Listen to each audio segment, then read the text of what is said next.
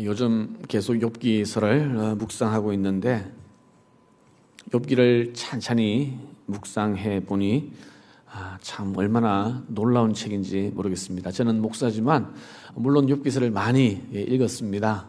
그런데 이번에 또 큐티하고 또 묵상하면서 좀 더 깊이 생각하고 고민하고 곱씹으면서 그렇게 욥기서를 읽어보니까 참 얼마나 귀한 풍성한 은혜가 있는지 모르겠습니다. 예전에는 굉장히 간단한 것들을 이렇게 오랫동안 질질 끌면서 논쟁하고 토론하고 그래서 어떻게 이걸 다 공부할 수 있을까 했었는데 얼마나 귀한 말씀인지 모르겠습니다.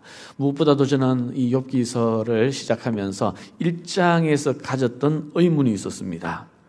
하나님이 어떻게 해서 욥을 이렇게 귀하게 생각하시고 기뻐하셨고 그를 자랑스러워 하셨는가? 참 이유가 궁금했습니다. 저는 우리 하모니 교회가 또 앞으로 저의 남은 목회 인생에서 하나님이 정말 나를 또 우리 하모니 교회를 기뻐하셨으면 좋겠다. 하나님이 정말 우리 교회를 자랑스러워 하셨으면 좋겠다.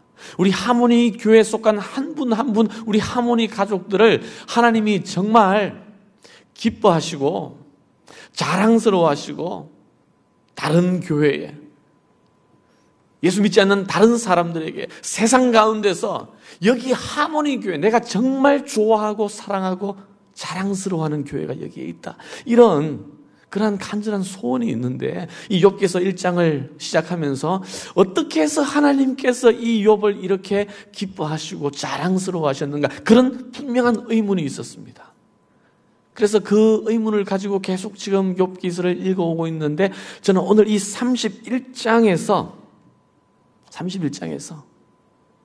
그 이유를 알 것 같아요. 제가 사실 오늘 이 말씀은 어제 새벽에 제가 나누려고 했었는데 너무나 귀한 말씀이기 때문에 오늘 주일 예배 말씀으로 바꾸었습니다. 어떻게 하면 하나님께서 기뻐하시고 자랑스러워하는 삶을 살 수 있을까? 여러분 궁금하지 않습니까? 궁금해요, 안 해요? 요즘 궁금하면 500원이라는 말이 있는데 정말 궁금해요. 저는 이 욥기서 31장을 통해서 그 이유를 좀 발견할 수 있었으면 좋겠습니다. 왜 하나님은 이렇게 욥을 기뻐하시고 자랑스러워하셨을까? 우리는 욥기 31장에서 욥의 진면목을 발견하게 됩니다. 욥의 숨은 경건 생활의 모습을 보게 돼요. 엄청나게 충격스러운 모습입니다. 욥이 어떤 사람이었나? 사실 이 욥기서 전체는요, 이 1장에서 욥의 환란이 시작되는 그 배경에 대해서만 이야기했지, 사실 지금까지 왜 욥이 이런 어려움을 당했는지에 대한 정말 진한한 토론, 긴 논쟁의 과정으로 가득 차 있습니다. 좀 지루해요. 그런데 오늘 이 31장에 보면 비록 욥의 입을 통해서 나타난 말씀이지만 욥의 삶의 내용을 우리가 구체적으로 볼 수가 있습니다. 이런 욥의 경건한 삶의 모습은요, 욥이 엄청난 환난과 고통 가운데 있었기 때문에 오히려 더 아름답고 더 거룩하게 보일 수 있습니다. 인간적으로 전혀 아쉬움 없었던 이 욥에게 있어서 그 형통한 시절에 실제로 욥은 어떠한 경건의 삶을 살았는가? 저 오늘 이 시대 경건이 없는 시대입니다. 정말 본받을 만한 것이 별로 보이지 않는, 내가 본받고 싶었지만 결국은 그것이 거짓이었음이 드러나는 일이 너무나 자주 있는 그러한 이 시대를 살아가는 우리 그리스도인들, 저는 오늘 이 욥의 경건, 욥이 하나님 앞에서 어떠한 삶을 살았는지에 대해서 정말 진지하게 오늘 말씀을 한번 깊이 묵상해 볼 수 있었으면 좋겠습니다. 욥의 이 경건 생활을 제가 몇 가지로 정리를 해 보았는데, 첫 번째는 매 순간 하나님 앞에선 구체적인 경건이었다. 매 순간 하나님 앞에선 구체적인 경건이었다 라는 겁니다. 지금까지 욥기서의 흐름을 따라오지 못하신, 놓치신 분들을 위해서 조금 말씀을 드리면요, 경건한 욥이 어느 날 엄청난 시련, 엄청난 혼란을 경험하게 됩니다. 그래서 욥의 친구들이 욥을 위로하기 위해서 찾아왔는데 그들이 하는 말은 이런 엄청난 고통을 당한 데는 이유가 있는데 그 이유는 바로 죄라는 거예요. 죄의 결과라는 것입니다. 하나님은 공의로운 분이시기 때문에 의로운 사람을 이렇게 하지 않는다는 거예요. 그래서 욥에게 숨겨진 죄가 있는 것이 분명하니까 빨리 이 죄를 자복하고 회개하면 사랑이 많으신 하나님께서 너를 용서해 주고 이전보다 더 좋은 것으로 회복시켜 주실 것이다. 이게 좋은 말이에요.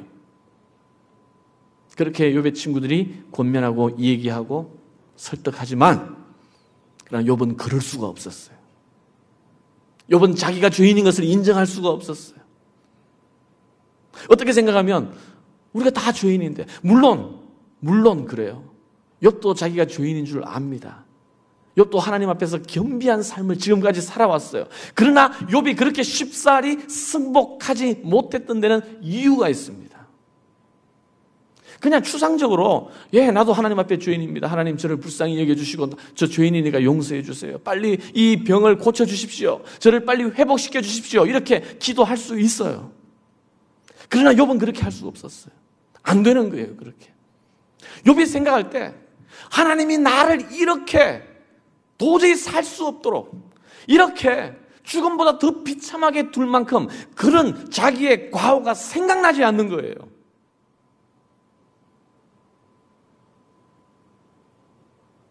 자기가 하나님 앞에 의롭다는 것이 아니라 하나님이 이러실 이유가 도무지 발견되지 않는 거예요. 그래서 욥은 탄식하면서 하나님 앞에 부르짖습니다. 하나님, 왜 저를 이렇게 고난 가운데 두십니까? 하나님이 살아계신 하나님이시니까 말씀 좀 해보세요. 자기의 죄를 부인하는 것이 아니라 발견할 수 있도록 나를 설득해달라고, 이유를 말씀해달라고, 침묵 속에 숨어 계시지 말고 나에게 나타나달라고 지금까지 욥이 울부짖고 부르짖고 하나님 앞에 탄식하고 있는 거예요. 근데 욥이 이렇게 할 수 있었던 이유가 31장에 보니까 분명하게 드러납니다. 왜인지 아십니까, 여러분? 욥은 그렇게 주장할 만큼, 그렇게 하나님 앞에 항변할 만큼, 그렇게 매 순간 하나님 앞에 선 구체적 경건의 삶을 살았기 때문입니다. 여러분, 추상적인 믿음의 삶과 구체적인 믿음의 삶은 다른 거예요. 우리가 추상적으로 하나님 앞에 회개할 수 있습니다. 얼마든지 회개할 수 있어요. 제가 하나님을 잊어버렸었고, 하나님 없이 결정했었고, 하나님을 기뻐하지 못했고, 회개할 수 있어요. 자기 잘못을 시인할 수 있어요. 그러나 구체적인 상황 가운데로 들어가면 구체적인 회개는 추상적 회개와 다릅니다. 구체적인 순종은 추상적 순종과 다릅니다. 누군가를 구체적으로 사랑하는 것과 추상적으로 사랑하는 것은 다른 것입니다. 우리는 얼마든지 추상적으로 사랑할 수 있어요. 아프리카의 아이들을 사랑할 수 있고, 북한의 사람들을 사랑할 수 있고, 지금 팔레스타인 땅에 벌어지고 있는 그 비참한 일들을 우리가 불쌍히 여기며 눈물 흘리며 사랑할 수 있어요. 그러나 구체적인 삶의 현실에 들어가면 회개하는 것, 사랑하는 것, 순종하는 것은 다른 문제가 되는 거예요. 그런데 욥의 모습을 보니까 그의 경건은 구체적인 경건이었습니다. 매 순간 하나님을 의식하면서, 하나님 앞에 순종하면서, 그의 심판을 의식하면서 그렇게 매 순간 살아왔던 삶으로 꽉 차 있는 것이 바로 욥의 삶이었습니다. 하나님을 경외하는 것, 그것은 악에서 떠나는 거예요. 잠언 8장 13절에 보니까 여호와를 경외하는 것은 악을 미워하는 것이라. 하나님을 경외하는 것과 악에서 떠나는 것, 악을 미워하는 것 같이 나가는 거예요. 그런데 이 욥은 하나님을 경외하는 삶, 그러나 악에서 철저하게 떠났던, 이만큼 철저하게 떠났던 사람이 있을 수 있을까? 이전에 28장 제 수요 예배 때 나눈 말씀에서 참다운 지혜는 주를 경외하는 것과 바로 악에서 떠나는 것이니라. 바로 욥이야말로 지혜자였어요. 그는 언제나 하나님을 경외하는 삶을 살았었고 악에서 떠난 삶, 그게 바로 욥기 1장 1절에서 또 1장 8절에서 하나님이 욥을 자랑스러워 하시면서 하신 그 이유가 바로 거기에 있었습니다. 여러분 한번 오늘 이 31장의 4절을 한번 보시겠습니까? 그가 내 길을 감찰하지 아니하시느냐, 내 걸음을 다 세지 아니하셨느냐. 욥은 자기의 삶 모든 것을 하나님이 감찰하시는 하나님 앞에서의 코람데오의 삶을 살았고, 자기의 모든 걸음을 하나님이 세고 있다는 것을 두려워하는 마음으로 살았던 사람입니다. 여러분 23절을 한번 보세요. 나는 하나님의 재앙을 심히 두려워하고 그 위험을 인하여 아무것도 할 수 없느니라. 그는 가진 것이 많았고 부자였고 모든 것을 할 수 있는 자유가 있었지만 늘 하나님 앞에서 하나님을 두려워하면서 믿음의 삶을 살았던, 구체적 경건의 삶을 살았던 욥이었습니다.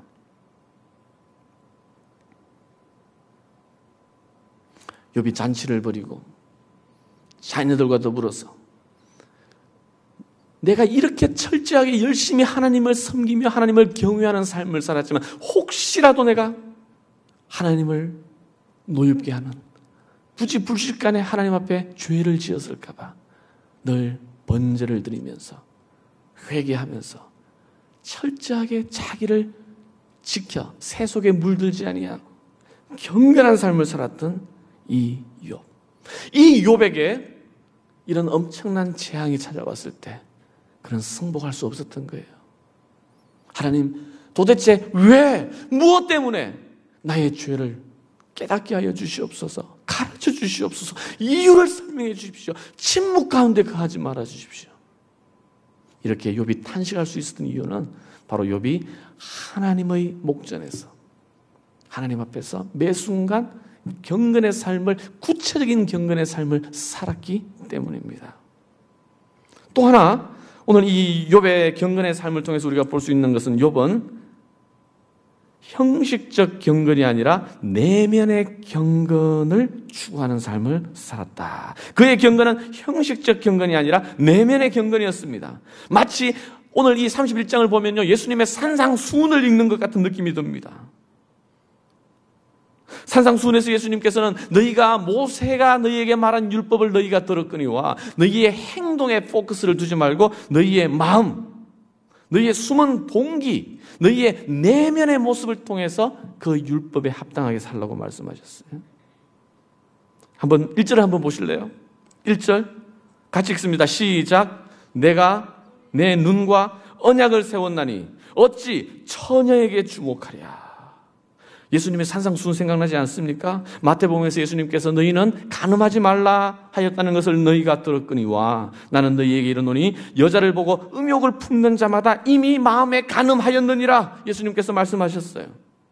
그런데 이 욥은 족장으로서 모든 것을 가진 사람이었지만 여인을 가까이 하지 않은 차원이 아니라 자기 눈과 뭘 했어요? 언약을 세웠다는 거예요. 약속을 했다는 거예요. 어찌 처녀에게 주목하랴. 여러분, 여자분들은 몰라서 그렇지 남자들은요, 이쁜 자매가 지나가면 눈이 돌아가게 돼 있어요. 그건 이성을 거치지 않고 본능적으로. 제가 여러분을 자꾸 보게 되는 것도 여러분들이 너무나 아름답기 때문에. 그런데 이 욥은 내가 내 눈과 언약을 맺었다. 어찌 처녀에게 내가 주목하랴. 하나님을 두렵게 이기니까. 그럼 7절을 한번 보실래요? 7절. 언제 내 걸음이 길에서 떠났던가, 내 마음이 내 눈을 따라갔던가, 내 손에 더러운 것이 묻었던가. 마음을 욥은 지키고 있었어요. 눈과 언약을 맺었는데 또 눈을 따라가지 아니하고 마음을 하나님 앞에 언제나 지키고 있었다. 9절을 한번 보세요. 언제 내 마음이 여인에게 유혹되어 이웃의 문을 엿보아 기다렸던가. 욥은 그러지 않았다는 거예요. 일평생 그렇게 하지 않았다는 거예요. 남들이 보는 형식적 경건의 모습이 아니라 내면적으로 하나님 앞에, 겉으로 드러난 행동만이 아니라 보이지 않는 마음의 경건을 욥은 더 추구했다는 겁니다. 얼마 전에 아주 충격적인 그러한 뉴스가, 통계가 나온 적이 있었어요. 이번에 오바마 대통령이 재선에 성공했습니다. 밋 람니가 이제 박빙의 승부라고 생각했었는데 결과적으로는 큰 차이로 떨어지고 말았는데 이 유타주 있죠. 밋 람니가 몰몬교인 것 우리가 다 알고 있습니다. 그리고 유타주에 가면 유타주에 대해서 이제 조사를 했었는데 여러분 유타주는 몰몬교의 본산이죠. 거기에는 거기에 있는 사람들은 절제되고 가족 중심의 생활이 강조되어 있고 길거리에 술집을 찾기가 힘이 들 정도라고 합니다. 몰몬교도들이 대부분. 그래서 거기는 대학도 그렇고요, 관공서도 그렇고 이 유타주에서 비즈니스를 하고 유타주에서 뭐 나름대로 어떤 성공적인 삶을 살리면 몰몬교도가 되지 않으면 안 될 정도로 그렇게 아주 보수적인 그러한 도시가 바로 이 유타주, 솔트레이크시티 이란 곳인데 그런데 미국에서 가장 보수적인 도시가 어디냐? 보수적인 주가 어디냐면 유타주라고 나왔습니다. 그런데 그와 동시에 미국에서 음란물을 가장 많이 보는 주가 어디냐? 어디겠어요? 유타주래요. 유타주.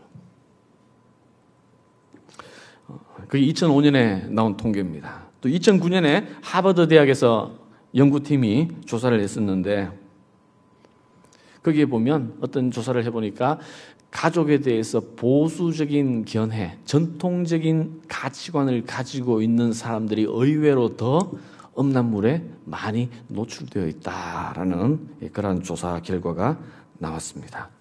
심지어 이 바이블 벨트, 이 미국의 중남부 지역, 바이블 벨트, 그게 다 이게 요새 인터넷으로 다 조사가 되거든요. 그게 보니까 주일에는 물론 가장 낮은 그 비율로 이제 떨어져 있었어요. 그러나 주중을 보니까 오히려 이 매사추세츠나 뉴욕보다도 그 바이블 벨트에 있는 주에서 더 음란물에 접속하는 비율이 더 높았다라는 통계가 나와요. 여러분 이게 무엇을 얘기하고 있습니까? 형식적 경건과 내면적 경건은 다르다는 거예요. 여러분 우리가 겉으로 경건을 지키는 것은 가능합니다. 어렵지 않습니다. 노력하면 할 수 있어요. 그러나 내 내면이 하나님 앞에 철저하게 경건한 삶을 사는 것은 결코 쉽지 않습니다. 오늘날 한국교회 이 위험 앞에서 얼마나 속속들이 무너지는지 우리가 잘 알고 있지 않습니까? 놀랍게도 이 마귀는요, 사탄은 우리의 마음을 언제나 공격을 해요. 실제적인 음란함보다 마음의 음란함이 더 심각한 문제예요. 이게 훨씬 더 교회를 더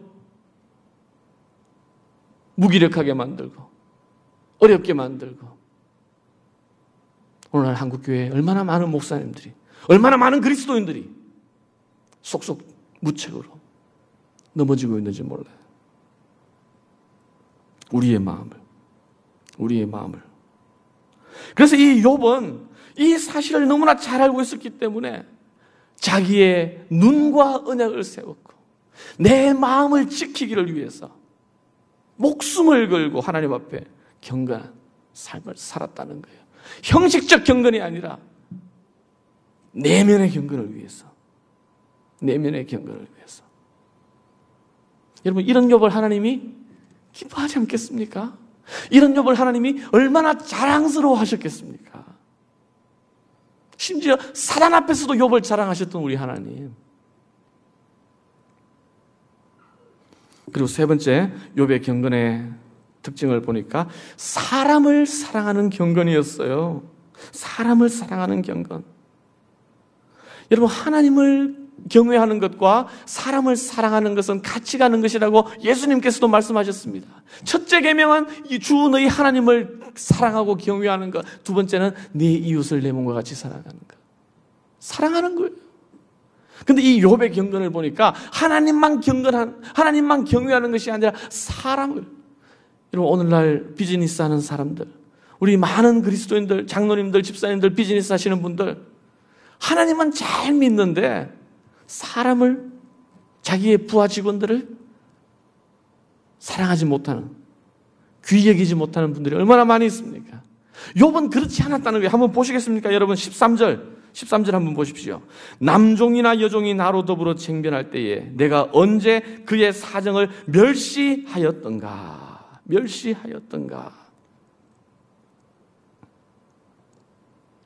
여러분, 지금 시대와 다른 시대였습니다. 고대 사회였습니다. 고대 사회는요, 정복자가 피정복민을 대하는 것은 짐승보다 못하게 됐습니다. 주인이 종을 대하는 것은 마치 어떤 물건처럼, 짐승처럼 그렇게 대하는 것이 당연한 그러한 시대를 욥이 살았습니다. 그런데 욥은 남종이나 여종이 어떠한 존재인지를, 어떤 존재라 그랬어요? 그리하였으면 하나님이 일어나실 때에는 내가 어떻게 하겠느냐? 하나님이 국문하실 때는 내가 무엇이라 대답하겠느냐? 15절, 나를 태 속에 만드신 자가 그도 만들지 아니하셨느냐? 우리를 뱃속에 지으신 자가 하나가 아니시냐? 이 종을 바라볼 때에 하나님이 창조하신 창조물로서 하나님이 나를 귀히 여기신다면 저 사람도 귀히 여기신다는 그러한 의식을 가지고 자기의 종을 대했다는 거예요. 여러분, 이것은 상상할 수 없는 일입니다. 여러분, 오늘날 우리에게는 너무나 당연시 받아들여지고 있는 만인이 평등하다는 사상, 천부 인권, 이러한 것들은요, 불과 100년, 200년 전에 생겨난 개념들이에요. 여러분, 바벨론 시대에, 마게도냐, 로마, 그 시대에 정복자들이 피정복민을 어떻게 대했는지 여러분 아십니까? 주인이 종을 어떻게 다루었는지, 이조 시대 때에 노예를 어떻게 대했는지 여러분 알지 않습니까? 그러나 욥은 그렇게 하지 않았더라는 거예요. 여러분, 존 뉴턴이라는 사람 아시죠? 존 뉴턴. 어메이징 그레이스를, 그 찬송을 지은 사람이, 원래 그 사람이 뭐예요? 노예 상인이었어요. 예, 아시네요. 노예 상인이었습니다. 그것도 악독한 노예 상인이었어요. 노예를 짐승보다 못하게 대우했던 그 사람이었는데 어느 날 하나님의 은혜, 복음을 붙잡고 자기의 삶을 청산하고 어메이징 그레이스, 그 찬양을 짓게 되었어요. 근데 이 존 뉴턴의 친구가 있었는데 존 뉴턴보다 더 유명한 사람이 있습니다. 누구냐 하면 윌리엄 윌버포스라는 사람이에요. 윌버포스. 혹시 들어보신 분이 계실지 모르겠어요. 이 사람이 누구냐 하면 바로 대영제국, 노예 무역으로 말미암아 엄청난 국가적인 수익을 거두고 있는 식민시대의 주역이었던 그 대영제국에서 노예 제도를 폐지하도록 자기의 인생을 들여서 헌신하는 사람이 바로 이 윌리엄 윌버포스라는 사람이에요.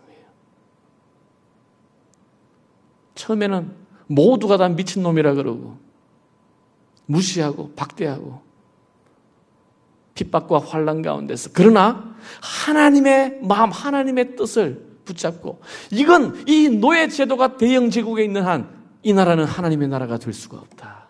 이 일을 하나님이 얼마나 혐오하시고 진노하시는지를 알고 두렵고 떨리는 마음으로 자기의 정치 생명을 걸고서 그 일을 추진한 결과 마침내 1807년 영국 하원은 만장일치로 이 윌리엄 윌버포스가 제안한 노예 무역 폐지 법안에 승인을 하게 되었습니다. 여러분, 욥, 수천 년 전을 살았던 욥, 시대를 뛰어넘은 삶을 살았어요. 왜냐하면 하나님을 알았기 때문에. 여러분, 하나님은 영원하신 하나님이십니다. 하나님의 말씀은 영원한 말씀입니다. 그래서 우리가 하나님의 말씀을 붙잡고 영원한 하나님을 섬기는 그 앞에서의 경건한 삶을 살게 되면 시대가 아무리 악하다 할지라도, 그 시대가 어떤 제한을 가지고 있다 할지라도 그 시대를 초월하는 삶을 살게 되는 줄 믿습니다. 욥은 그 시대를 초월한 삶을 살았어요. 윌리엄 윌버포스도 그러한 삶을 살았습니다. 아브라함 링컨 대통령도 바로 그러한 일 때문에 전쟁을 불사하면서 일어서지 않았습니까? 근데 오늘 여기 재밌는 중요한 표현이 또 있습니다. 한번 새겨보아야 할 두 가지 표현인데, 하나님이 일어나실 때에, 그리고 하나님이 국문하실 때에,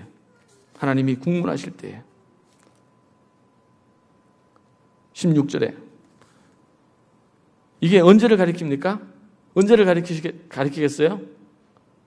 예수님께서 재림하실 때, 물론 욥은 예수님이 재림하시는 그러한 사실에 대해서 들은 바도 없고 알지 못했습니다. 그러나 욥에게 있어서 분명한 것은 자기가 지금 거부로서 그 지역에서 유명한 존재로 살고 있었지만 자기의 인생 가운데 하나님의 심판을 늘 두렵게 의식하면서 살았다는 거예요. 하나님의 심판을 의식하며 살아갈 때 우리는 시대를 초월하는 삶을 살게 되는 줄 믿습니다. 여러분, 우리가 사는 세상은 어떤 세상입니까? 우리는 이 세상에서 살고 있습니까? 하나님 앞에서 하나님 나라의 백성으로 살아가고 있습니까? 여러분, 16절부터 한번 읽어보시겠습니까? 지금 우리가 사람을 사랑하는 경건에 대해서, 욥의 사람을 사랑하는, 사람을 귀히 여기는 경건에 대해서 우리가 지금 생각하고 있는데 16절부터 한번 읽어보시겠습니까? 이웃을 사랑하는 계명에 대해서 얼마나 구체적이고 실제적인지 나오고 있습니다. 16절부터 18절까지 읽습니다. 시작. 내가 언제 가난한 자의 소원을 막았던가, 과부의 눈으로 실망케 하였던가, 나만 홀로 식물을 먹고 고아에게 먹이지 아니하였던가. 실상은 내가 젊었을 때부터 고아를 기르기를 그의 아비처럼 하였으며 내가 모태에서 나온 후로 과부를 인도하였었노라. 얼마나 대단해요. 제가 계속 읽어드릴게요. 내가 언제 사람이 의복이 없이 죽게 된 것이나 빈궁한 자가 덮을 것이 없는 것을 보고도 나의 양털로 그 몸을 더욱게 입혀서 그로 나를 위하여 복을 빌게 하지 아니하였던가. 나를 도와주는 자가 성문에 있음을 보고 내가 손을 들어 고아를 쳤던가. 그리하였으면 내 어깨가 어깨뼈에서 떨어지고 내 팔뼈가 부러짐이 마땅하니라. 나는 하나님의 재앙을 심히 두려워하고 그 위험을 인하여 아무것도 할 수 없느니라. 욥은 사회적인 약자뿐만이 아니라 심지어 자기의 원수까지도 사랑했다고 했습니다. 29절 한번 보세요. 29절. 내가 언제 나를 미워하는 자의 멸망을 기뻐하였으며 그의 재앙 만남을 인하여 기운을 뽐내었던가.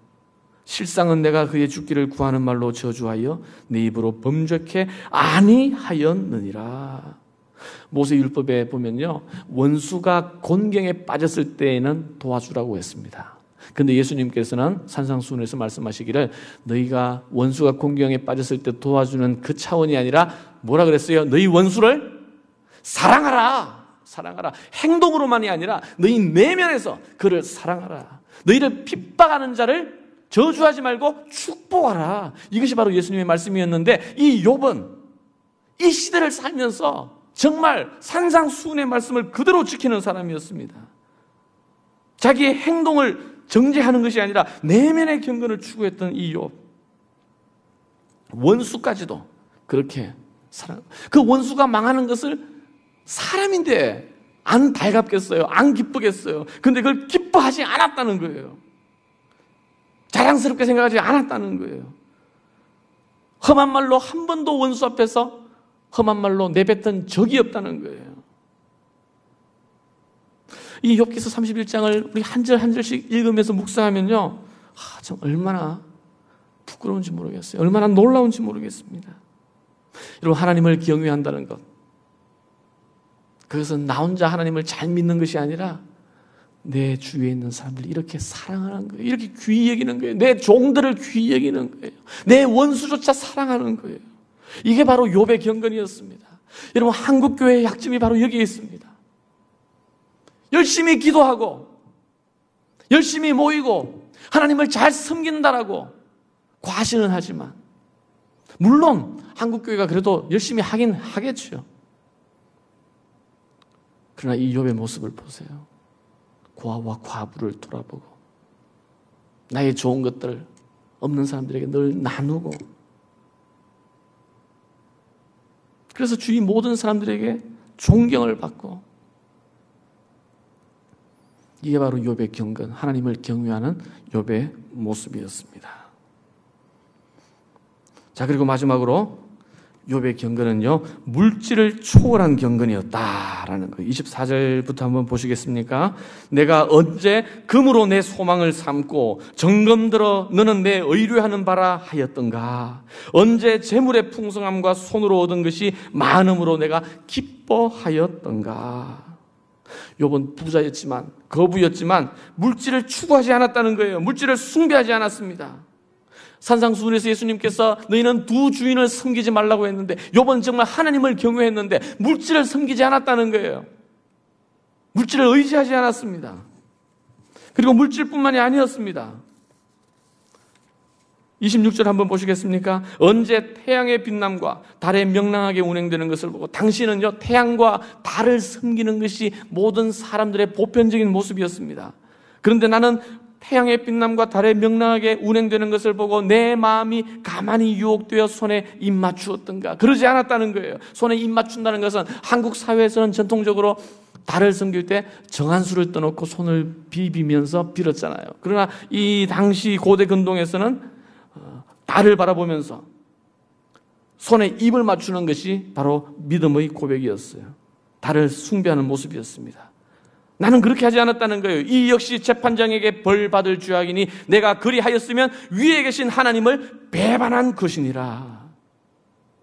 욥은 미신이나 자연을 섬기지 않았습니다. 오직 하나님 한 분만을 섬겼다고 했습니다. 38절 한번 보실래요? 언제 내 토지가 부러지져 나를 책망하며 그 일항이 일시에 울었던가? 자기 물질에 대해서 자기는 깨끗하다는 거예요. 언제 내가 값을 내지 않고 그 소산을 먹고 그 소유주로 생명을 잃게 하였던가? 이것이 당시에는 보편적인 일반적인 부자들의 모습이었지만 자기는 그렇게 하지 않았다는 거예요. 그리하였으면 밀 대신에 찔레가 나고 보리 대신에 자풀이 나는 것이 마땅하니라 하고 욥의 말이 그치니라.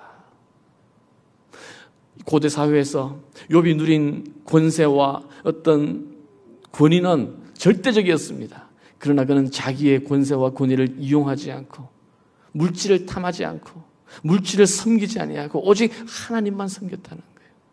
그는 하나님을 섬겼고 사람들을 사랑했고 그것을 위해서 물질을 사용할 줄 알았던, 하나님과 사람과 물질의 관계가 경건으로 말미암아 분명하게 정립된 그러한 삶을 살았다는 거예요.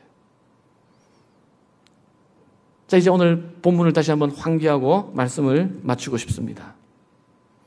오늘 본문을 읽으면 여러분 이게 무슨 뜻인가 의아스럽게 생각될 수도 있어요. 그러나 여기 바로 욥의 양심선언이 있습니다. 하나님과 사람들 앞에서 지금까지 욥이 얘기한 모든 것들이 말의 성찬이 아니었다는 거예요. 대통령 선거에 나갈 때 좋은 것들로 포장하고 과장하고 부풀리지만 지금 욥이 자기의 절망적인 처지에서 자기를 변론하고 있는 이 얘기들은 거짓이 아니라는 거예요. 한번 들어보시겠습니까? 35절부터 누구든지 나의 변백을 들을지니라. 나의 서명이 여기 있으니, 이건 내가 서명한 거예요.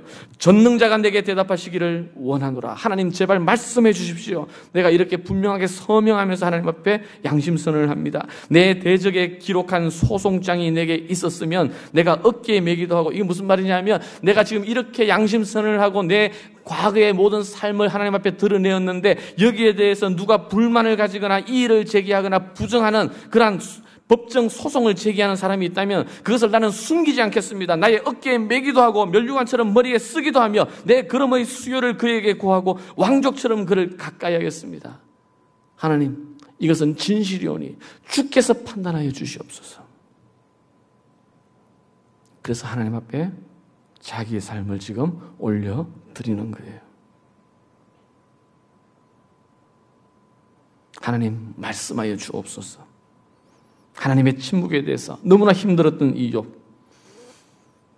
내가 어떻게 하나님 앞에서 하나님을 두려워하며 경건한 삶을 살았는지 주께서 아시오니 말씀하여 주시옵소서.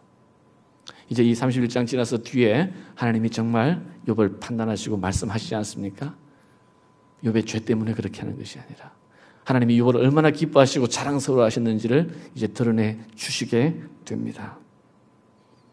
저는 오늘 이 욥기서 31장을 여러분과 함께 읽고 함께 나누면서 하나님이 욥을 평가하기를 흠이 없고 정직하여 하나님을 경외하고 악에서 떠난 자였더라 그랬습니다. 그런데 이것이 그냥 추상적인 경건이 아니라 얼마나 구체적이고 실제적이었는지, 형식적인 것이 아니라 얼마나 내면적이었는지, 사람을 귀히 여기고 물질을 하나님 앞에 사람들을 위하여 사용하고. 디모데후서 3장 5절에 보면 경건의 모양은 있으나 경건의 능력을 부인하는 자들이 세상에 많은데